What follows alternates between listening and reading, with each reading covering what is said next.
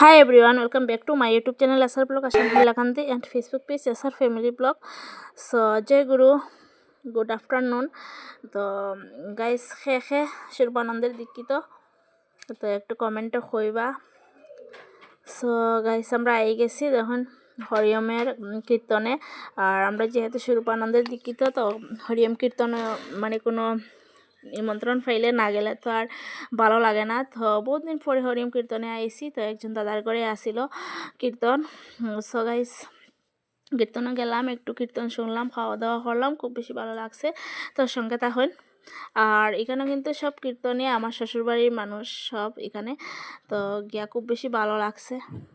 কীর্তন উর্তনও গেলে মানে মনটাও বহুত বেশি শান্তি লাগে, ভালো লাগে।